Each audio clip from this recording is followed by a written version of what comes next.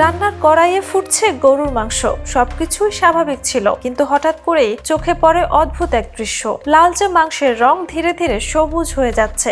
মুহূর্তে আতঙ্ক ছড়িয়ে পড়ে উপস্থিত সবার মধ্যে। কেউ আর সেই মাংস খাওয়ার সাহস পাননি। শেষ পর্যন্ত রান্না করা মাংসের কড়াই নিয়ে ছুটতে হয় প্রশাসনের কাছে। ঘটনাটির ভিডিও সামাজিক মাধ্যমে ছড়িয়ে পড়ার পর শুরু হয়েছিল তুমুল আলোচনা সমালোচনা। এই ঘটনাটি ঘটেছিল খুলনার পাইকগাছায়। পিকনিকের জন্য কেনা গরুর মাংস রান্না করতে গিয়ে এমন অস্বাভাবিক রঙের পরিবর্তন দেখতে পান একটি বেকারির কর্মচারীরা। বিষয়টি নিয়ে থানা ও উপজেলা প্রশাসনকে জানানো হয়। সবুজ হয়ে যাওয়া গরুর মাংসের কাঁচা ও রান্না করার নমুনা সংগ্রহ করে নিরাপদ খাদ্য কর্তৃপক্ষের কাছে পাঠানো হয়েছে। তবে নমুনা কোন ল্যাবরেটরিতে পরীক্ষা করা হবে সে সিদ্ধান্ত এখনো হয়নি। এখন পর্যন্ত পরীক্ষাগারের কোনো প্রতিবেদনও প্রকাশ করা হয়নি। ফলে ঠিক কি কারণে মাংসের রং সবুজ হলো সে বিষয়ে নিশ্চিতভাবে কিছুই বলা যাচ্ছে না।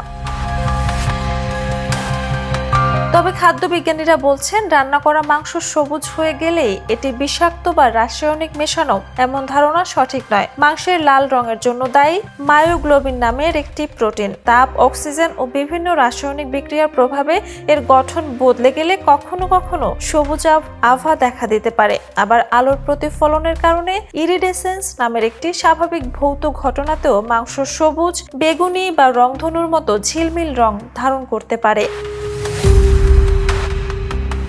তবে বিশেষজ্ঞরা সতর্ক করেছেন, যদি রং পরিবর্তনের পাশাপাশি মাংসে দুর্গন্ধ, পিচ্ছিল ভাব বা ছত্রাকের মতো দাগ থাকে তাহলে সেটি নষ্ট হওয়ার লক্ষণ হতে পারে।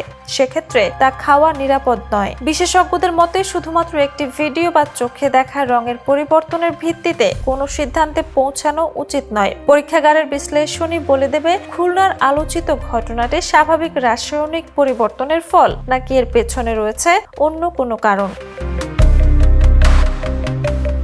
Desk report, the news. দেশে দেশে সবার সাথে দ্য নিউজ।